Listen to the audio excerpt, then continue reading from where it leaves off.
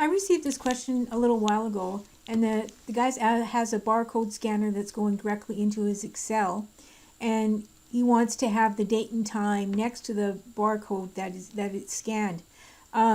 So what I've done is I figured out how to do this. So what we're going to do is we're going to start with a new sheet here. And so in the A column, I'm going to put a place for the barcode scan to go.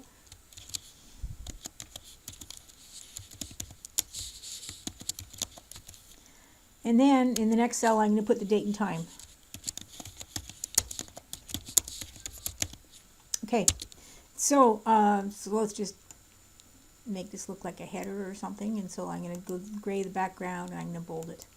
So now let's go to the Developer tab, Visual Basic. And then what we're going to do is we are going to double click on Sheet 1. Okay, so now we want this just to work on Sheet 1, right? And so what we're going to do is we're going to, where it says General here, we're going to drop that down and we're going to say Worksheet. And then on Selection Change, we're going to change that to just say Change. Okay, so this is where we're going to write our macro. And so we're going to define a variable. And so I'm going to say dim x as integer.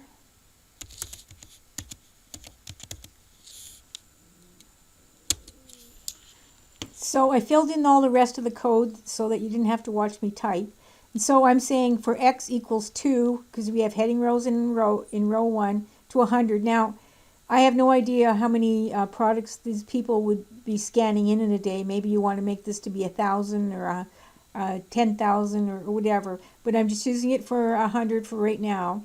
So if cells x1, x being the row, and 1 being the column, so that's the A column, value does not equals nothing, and cells x comma 2 value equals nothing, then cells x2, so we want the value and we want it to be date, and if you put, so we need to add date to time, and what we're going to do is put a couple spaces between date and time so that they're not on top of each other. So you literally write the word date, you put an ampersand, you put quotation marks, and you put a space in between there, and then their ampersand and the time. And then we're going to format the date. So we're going back to the B column here, and then you go number format. And so we're going month, day, and year. And then we want the time as well, so we go in hours, minutes, and then we're going to have it indicate either AM or PM. So then we're going to end the if here, and then we're going to go next for the for. And then what we're going to do is range B, which is the date and time, is going to auto fit so that we don't have it all rolling over into the next. So let's try this code out.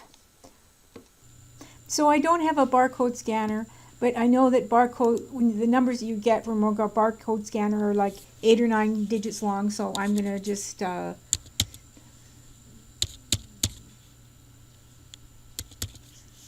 try it out. And there you go. You have the date and the time entered in automatically. Now you enter another one here and you go,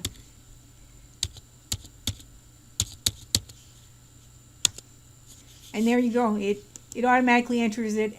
As you enter anything in here, it automatically enters the date and time in the corresponding column beside it.